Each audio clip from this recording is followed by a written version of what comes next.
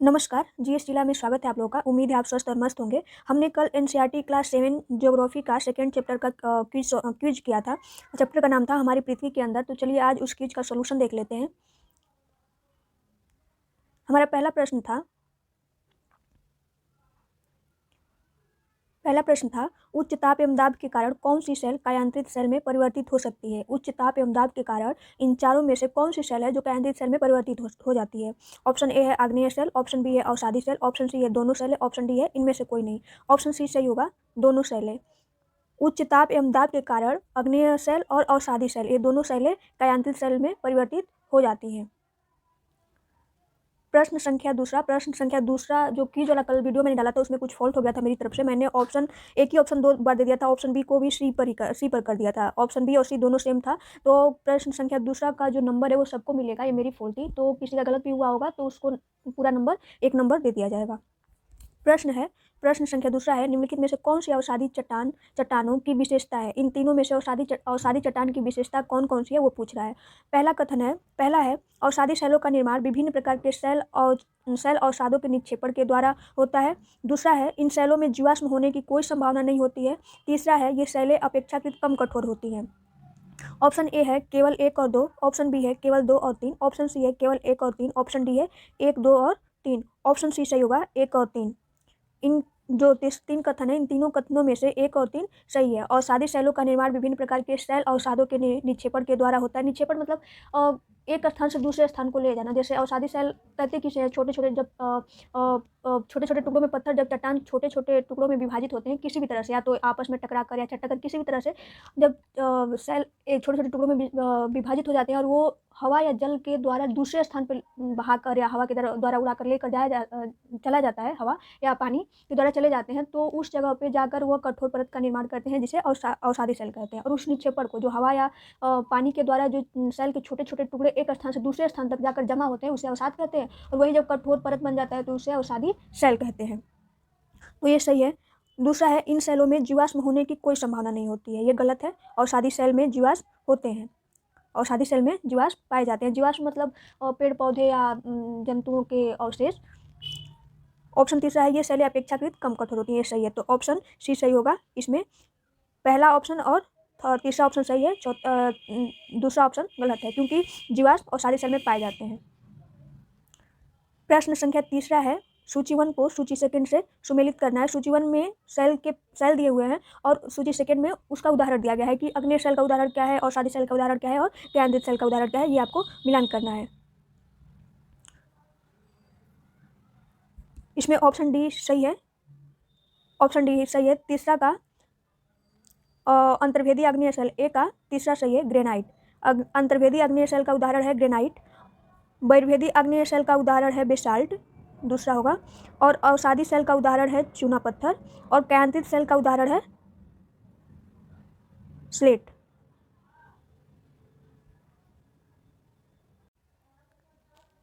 तो option D सही होगा। प्रश्न संख्या चौथा है निम्नलिखित कथनों पर विचार कीजिए। कथन है जब द्रवित लावा पृथ्वी की सतह पर तेजी से ठंडा हो जाता है तब इस प्रकार बहिर्भेदी अग्नेय सेल का निर्माण होता है। दूसरा कथन है जब द्रवित मैग्मा भूपर्पटी के अंदर गहराई में ठंडा हो जाता है तब अंतर्भेदी अग्नेय सेल का निर्माण होता है। तीसरा कथन है बहिर्भेदी अग्नेय सेल की संरचना बड़े दानों वाली होती है। चौथा कथन है अंतर्भेदी अग्नेय सेल की संरचना महीन दानों वाली होती है। उपरोक्त कथनों में से कौन से कथन सत्य है, इन चारों में से कौन से कथन सत्य है वो देखना है। ऑप्शन ए है 1, 2, 1, 3 और 4, ऑप्शन बी है 2, 3 और 4, ऑप्शन सी है 1 और 2, ऑप्शन डी है उपरोक्त सभी। ऑप्शन सी सही होगा, 1 और 2। जब द्रवित लावा पृथ्वी की सतह पर आकर तेजी से ठंडा हो जाता है तब इस प्रकार बहिर्भेदी अग्नेय सेल का निर्माण होता है, यह सही है। जब द्रवित मैग्मा भूपर्पटी के अंदर गहराई में ठंडा हो जाता है तब अंतर्भेदी अग्नेय सेल का निर्माण होता है, यह कथन भी सही है। बाकी ये दोनों कथन बहिर्भेदी अग्नेय सेल की संरचना बड़े दानों वाली होती है, ये गलत है। और अंतर्भेदी अग्नेय सेल की संरचना महीन दानों वाली होती है, ये भी गलत है। बहिर्भेदी अग्नेय सेल की संरचना छोटे दानों वाली होती है और अंतर्भेदी अग्नेय सेल की संरचना बड़े दानों वाली होती है। तो ये यहाँ विपरीत कर दिया है, ये भी गलत है और ये भी गलत है।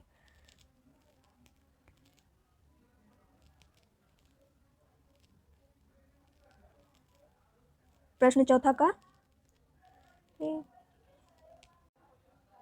संख्या चौथा का ऑप्शन डी सही है।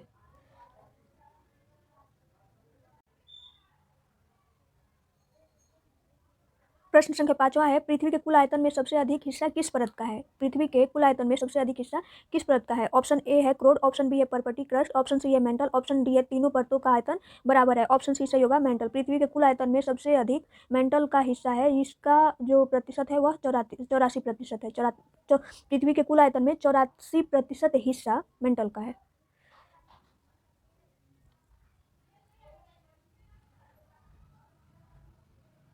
प्रश्न संख्या 6 है, जब द्रवित मैग्मा ठंडा होकर ठोस हो जाता है तब इस प्रकार बने सेल को क्या कहते हैं? जब द्रवित मैग्मा ठंडा होकर ठोस हो जाता है तब इस प्रकार बने सेल को क्या कहते हैं? इस प्रकार बने सेल को आग्नेय सेल कहते हैं। ऑप्शन ए है कैंटिन सेल, ऑप्शन बी है अवसादी सेल, ऑप्शन सी है आग्नेय सेल, ऑप्शन डी है जीवाश्म युक्त सेल। ऑप्शन सी सही होगा आग्नेय सेल। जब द्रवित मैग्मा ठंडा होकर ठोस हो जाता है तो इस प्रकार बने सेल को आग्नेय सेल कहते हैं। प्रश्न संख्या 7वां है, निम्नलिखित कथनों में से कौन सा कथन असत्य है? ये 4 कथन दिया हुआ है, ए बी सी डी। इन चारों में से असत्य कथन ढूंढना है। महाद्वीपीय पर्पटी सिलिका एवं एल्यूमिना जैसे खनिजों से बनी है। ऑप्शन ए है। ऑप्शन बी है महासागरीय पर्पटी सिलिका एवं आयरन से बनी हुई है। ऑप्शन सी है पृथ्वी की सतह पर्पटी के नीचे मेंटल होता है। ऑप्शन डी है पृथ्वी की सबसे आंतरिक परत को क्रोड कहते हैं, जो कि मुख्यतः निकिल एवं लोहे से बनी होती है। ऑप्शन ए देखते हैं अच्छे से, महाद्वीपीय पर्पटी सिलिका एवं एल्यूमिना से जैसे खनिजों से बनी होती है, ये ऑप्शन सही है। ऑप्शन बी है महासागरीय पर्पटी सिलिका एवं आयरन से बनी होती है, ये गलत है। महासागरीय पर्पटी सिलिका और मैग्नीशियम से बनी होती है, जिसे सीमे कहते हैं। महासागरीय पर्पटी सिलिका और मैग्नीशियम से बनी हुई है, जिसे सीमे कहते हैं। ऑप्शन सी है पृथ्वी की सतह पर्पटी के नीचे मेंटल होता है। हाँ, ये कथन भी सही है। पृथ्वी की सतह पर्पटी के ठीक निचला स्तर जो है वह मेंटल का है। ऑप्शन डी है पृथ्वी की सबसे आंतरिक परत को क्रोड कहते हैं, जो कि मुख्यतः निकिल एवं लोहे से बनी हुई है, ये भी ऑप्शन सही है। 8वां प्रश्न है, नीचे दिए गए कथनों को ध्यान पूर्वक पढ़िए। पृथ्वी की ऊपरी परत को पर्पटी कहते हैं तथा यह सबसे पतली परत है। ऑप्शन कथन 2 है, महासागरीय पर्पटी की मोटाई महाद्वीपीय पर्पटी से अधिक होती है। उपरोक्त में से कौन सा से कथन सत्य है? ऑप्शन ए है केवल एक, ऑप्शन बी है केवल 2, ऑप्शन सी है 1 और 2 दोनों, ऑप्शन डी है न तो 1 और न ही 2, ऑप्शन ए केवल 1 सही होगा। प्रश्न संख्या 9 है, पृथ्वी के सतह के सबसे ऊपरी परत को कहते हैं। पृथ्वी के सतह के सबसे ऊपरी परत को कहते हैं। ऑप्शन ए है मेंटल, ऑप्शन बी है क्रोड, ऑप्शन सी है पर्पटी, ऑप्शन डी है सीमा। ऑप्शन सी 9 का ऑप्शन सी सही होगा, पर्पटी। पृथ्वी के सबसे ऊपरी परत को कहते हैं पर्पटी। प्रश्न संख्या 10वां है, महाद्वीपीय संहति पर्पटी मुख्य रूप से बना होता है। महाद्वीपीय संहति मुख्य रूप से किस चीज़ का बना है? तो ऑप्शन ए है सिलिका, ऑप्शन बी है एल्यूमिना, ऑप्शन सी है ए और बी दोनों, ऑप्शन डी है इनमें से कोई नहीं। ऑप्शन 10वां का ऑप्शन सी सही होगा, दोनों। महाद्वीपीय पर्पटी मुख्य रूप से सिलिका और एल्यूमिना से बना है, जिसे सीएल कहते हैं। प्रश्न संख्या 11वां है, महासागर की पर्पटी मुख्य रूप से बना होता है। जो महासागर है उसकी पर्पटी मुख्य रूप से किसकी बनी होती है, वो पूछ रहा है। महासागर की पर्पटी मुख्य रूप से बना होता है। ऑप्शन ए है सिलिका, ऑप्शन बी है एल्यूमिना, ऑप्शन सी है मैग्नीशियम, ऑप्शन डी है ए और सी दोनों। ऑप्शन डी सही होगा, ए और सी दोनों। महासागर की पर्पटी सिलिका और मैग्नीशियम से बना होता है, जिसे सीमे कहते हैं। प्रश्न संख्या 12वां है, पर्पटी के ठीक नीचे कौन सी परत होती है? पर्पटी के ठीक नीचे वाली परत को क्या कहते हैं? ऑप्शन ए है क्रोड, ऑप्शन बी है मेंटल, ऑप्शन सी है सीमा, ऑप्शन डी है उपरोक्त सभी। ऑप्शन बी सही होगा, मेंटल। पर्पटी के ठीक नीचे वाली परत को मेंटल कहते हैं। प्रश्न संख्या 13 है, मेंटल की गहराई कितने किमी होती है? मेंटल की गहराई कितने किमी होता है? ऑप्शन ए है 3200 किमी, ऑप्शन बी है 1900 किमी, ऑप्शन सी है 2900 किमी, ऑप्शन डी है 3000 किमी। ऑप्शन सी सही होगा, 2900 किमी। मेंटल की गहराई मेंटल की गहराई ऑप्शन सी सही होगा, 2900 किमी। प्रश्न संख्या 14 है, पृथ्वी की सबसे आंतरिक परत है। पृथ्वी की सबसे आंतरिक परत कौन सी है? क्रोड, ऑप्शन बी है पर्पटी, ऑप्शन सी है सीमा, ऑप्शन डी है इनमें से कोई नहीं। ऑप्शन ए सही होगा, क्रोड। पृथ्वी की सबसे आंतरिक परत को क्रोड कहते हैं। प्रश्न संख्या 15 है, क्रोड की त्रिज्या कितनी है? क्रोड की त्रिज्या कितनी है? ऑप्शन ए है 2900 किमी, ऑप्शन बी है 1900 किमी, ऑप्शन सी है 3500 किमी, ऑप्शन डी है 4000 किमी। ऑप्शन सी सही होगा, 3500 किमी। क्रोड की त्रिज्या, जो पृथ्वी की सबसे आंतरिक परत है उसे क्रोड कहते हैं। क्रोड की त्रिज्या जो है वह 3500 किमी है। प्रश्न संख्या 16 है, क्रोड मुख्यतः किसका बना होता है? क्रोड मुख्यतः किसका बना होता है? ऑप्शन ए है निकिल और लोहे का, जिसे निकिल और फेरस कहते हैं। ऑप्शन बी है सिलिका और एल्यूमिना का, जिसे सीएल कहते हैं। ऑप्शन सी है सिलिका और मैग्नीशियम का, जिसे सीमे कहते हैं। ऑप्शन डी है उपरोक्त सभी। तो क्रोड मुख्यतः ऑप्शन ए सही होगा। क्रोड मुख्यतः निकल और लोहे का बना होता है जिसे नीफे कहते हैं, निकिल और फेरस। प्रश्न संख्या 17 है, केंद्रीय क्रोड का होता है, मतलब ये चारों ऑप्शन में बताना है कि उसका ताप कितना होता है और दाब कैसा होता है, उच्च होता है या निम्न होता है। तो केंद्रीय क्रोड का होता है तापमान निम्न और दाब उच्च। ऑप्शन बी है दाब निम्न और तापमान उच्च। ऑप्शन सी है तापमान और दाब दोनों निम्न। ऑप्शन डी है तापमान और दाब दोनों उच्च। तो 17 का ऑप्शन डी सही होगा। केंद्रीय क्रोड का तापमान और दाब दोनों उच्च होता है। प्रश्न संख्या 18 है, विश्व की सबसे गहरी खान स्थित है। विश्व की सबसे गहरी खान कहाँ स्थित है? ऑप्शन ए है उत्तरी अमेरिका, ऑप्शन बी है दक्षिणी अफ्रीका, ऑप्शन सी है रूस, ऑप्शन डी है ऑस्ट्रेलिया। तो ऑप्शन बी सही होगा, दक्षिणी अफ्रीका। विश्व की सबसे गहरी खान स्थित है दक्षिणी अफ्रीका में।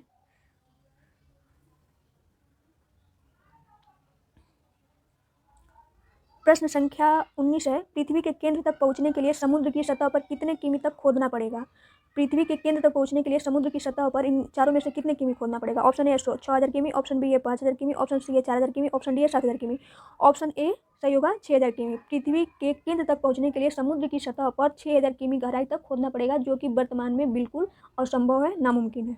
भविष्य में हो सकता है वैज्ञानिक कुछ खोज करे, आविष्कार करे तो हो सकता है, लेकिन अभी तो बिल्कुल असंभव है।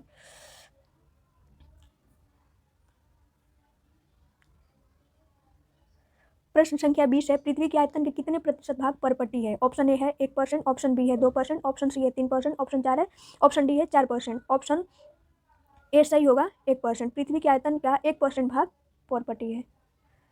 प्रश्न संख्या 21, पृथ्वी के आयतन के कितने प्रतिशत भाग मेंटल है? पृथ्वी के आयतन के कितने प्रतिशत भाग मेंटल है? ऑप्शन ए है 85%, ऑप्शन बी है 84%, ऑप्शन सी है 83%, ऑप्शन डी है 82%।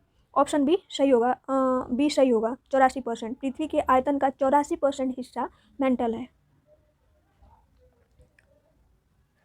प्रश्न संख्या 22 है, पृथ्वी के आयतन के कितने % हिस्सा क्रोड है? पृथ्वी के आयतन के कितने % हिस्सा क्रोड है? ऑप्शन ए है 20%, ऑप्शन बी है 15%, ऑप्शन सी है 10%, ऑप्शन डी है 25%। ऑप्शन बी सही होगा 15%। पृथ्वी के आयतन का 15% हिस्सा क्रोड है। प्रश्न संख्या 23 है, पृथ्वी की त्रिज्या है, इन चारों में से पृथ्वी की त्रिज्या कितनी है उसे देखना है। ऑप्शन ए है 6634, ऑप्शन बी है 6371, ऑप्शन सी है 6472, ऑप्शन डी है 6571। ऑप्शन बी सही होगा, पृथ्वी की त्रिज्या 6371 है। पृथ्वी की त्रिज्या है 6371। प्रश्न संख्या 24 है, सेलों के प्रकार हैं।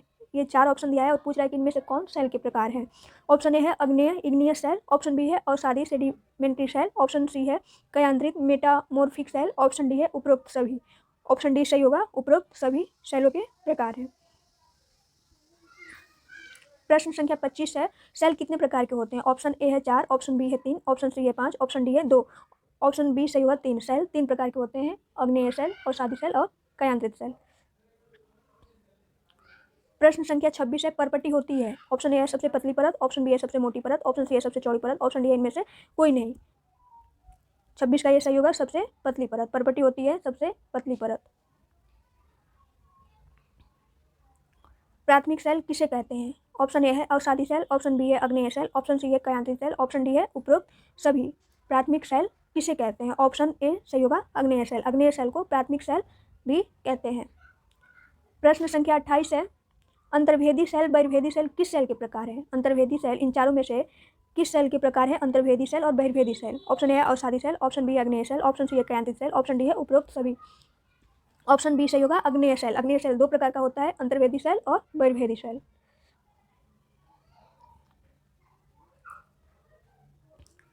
प्रश्न संख्या 29 है, जब द्रवित मैग्मा लावा पृथ्वी की सतह पर तेजी से ठंडा होकर ठोस बन जाता है तो किस प्रकार के सेल का निर्माण होता है? जब द्रवित मैग्मा लावा पृथ्वी की सतह पर तेजी से ठंडा होकर ठोस बन जाता है तो किस प्रकार के सेल का निर्माण होता है? ऑप्शन ए है बहिर्भेदी अग्नेय सेल, ऑप्शन बी है अंतर्भेदी अग्नेय सेल, ऑप्शन सी है अवसादी सेल, ऑप्शन डी है कयांत्रित सेल। ऑप्शन ए सही होगा, बहिर्भेदी अग्नेय सेल। जब द्रवित मैग्मा या लावा पृथ्वी की सतह पर आकर तेजी से ठंडा होकर ठोस बन जाता है तो इस प्रकार के सेल को बहिर्भेदी अग्नेय सेल कहते हैं। प्रश्न संख्या 30 है, दक्कन का पठार बना है। प्रश्न संख्या 30 है, दक्कन का पठार बना है। ऑप्शन ए है बेसाल्ट का बहिर्भेदी अग्नेय सेल, ऑप्शन बी है ग्रेनाइट अंतर्भेदी अग्नेय सेल, ऑप्शन सी है अवसादी सेल, ऑप्शन डी है कयांत्रित सेल। ऑप्शन ए सही होगा बेसाल्ट बर्फभेदी आग्नेय शैल। दक्कन का पठार बना है बेसाल्ट का, और बेसाल्ट उदाहरण है किसका? आग्नेय शैल। तो आग्नेय शैल का उदाहरण आप दक्कन का पठार कह सकते हैं, या कह सकते हैं बेसाल्ट का उदाहरण कौन सा पठार है? दक्कन का पठार। या दक्कन का पठार किस शैल से बना है, किस चीज़ से बना है? तो वह बेसाल्ट का बना है। जो बेसाल्ट है वह आग्नेय शैल का उदाहरण है, बर्फभेदी आग्नेय शैल का उदाहरण है। तो इस प्रकार से इसे क्वेश्चन कई तरह से घुमाकर पूछ सकता है। प्रश्न संख्या 31 है, जब द्रवित मैग्मा भूपर्पटी के अंदर गहराई में ठंडा होकर ठोस बन जाता है तो किस सेल का निर्माण होता है? ऑप्शन ए है बर्फभेदी आग्नेय शैल, ऑप्शन बी है अंतर्भेदी आग्नेय शैल, ऑप्शन सी है अवसादी शैल, ऑप्शन डी है कैंथिस शैल। 31 का बी सही होगा अंतर्भेदी आग्नेय शैल। जब द्रवित मैग्मा भूपर्पटी के अंदर गहराई में ठंडा होकर ठोस बन जाता है तो अंतर्भेदी आग्नेय शैल का निर्माण होता है, और यही कारण है कि इसके दाने जो होते हैं वो मोटे होते हैं।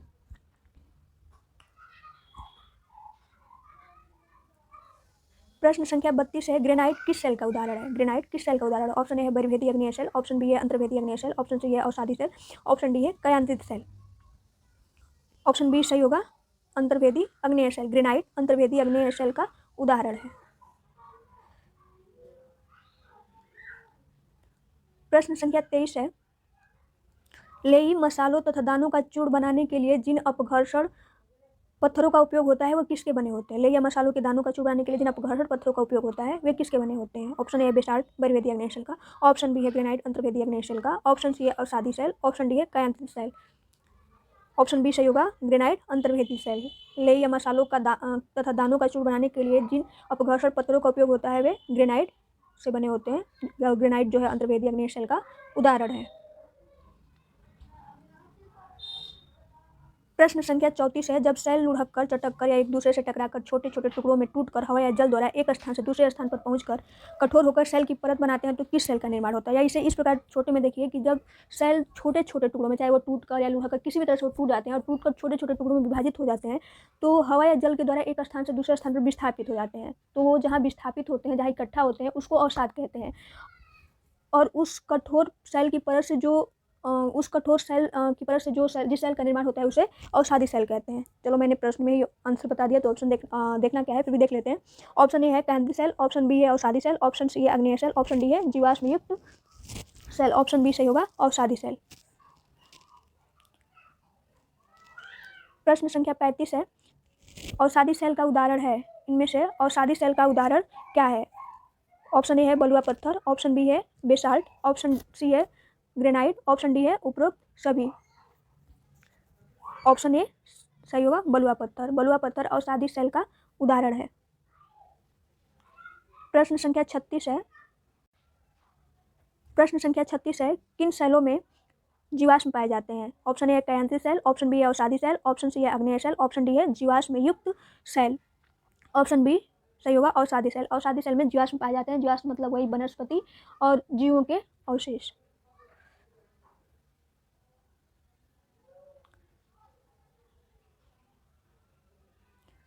प्रश्न संख्या 37 है, चिकनी मिट्टी स्लेट में और चूना पत्थर संगमरमर में परिवर्तित हो जाता है, ये दोनों किस सेल के उदाहरण हैं?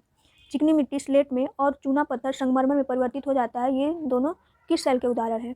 ऑप्शन ए है कायांतित सेल, ऑप्शन बी है अवसादी सेल, ऑप्शन सी है आग्नेय सेल, ऑप्शन डी है जीवाश्म युक्त। ऑप्शन ए है कायांतित सेल, ऑप्शन बी है अवसादी सेल, ऑप्शन सी है आग्नेय सेल, ऑप्शन डी है जीवाश्म युक्त सेल।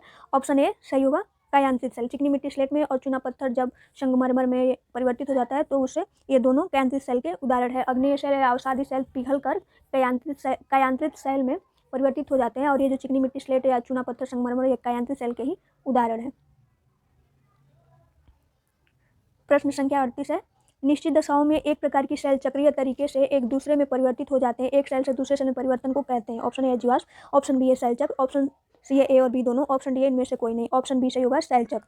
निश्चित दशाओं में जब कोई एक सेल दूसरे सेल में परिवर्तित हो जाता है, जैसे अवसादी आग्नेय सेल पिघलकर कायांतित सेल में परिवर्तित हो जाते हैं, या कायांतित सेल पिघलकर पुनः मैग्मा में द्रवित मैग्मा में परिवर्तित हो जाता है, तो उसे सेल चक्र कहते हैं। उसे ही पूछ रहा है, जब एक सेल किसी भी कारण से दूसरे सेल में परिवर्तित हो जाता है तो उसे सेल चक्र कहते हैं।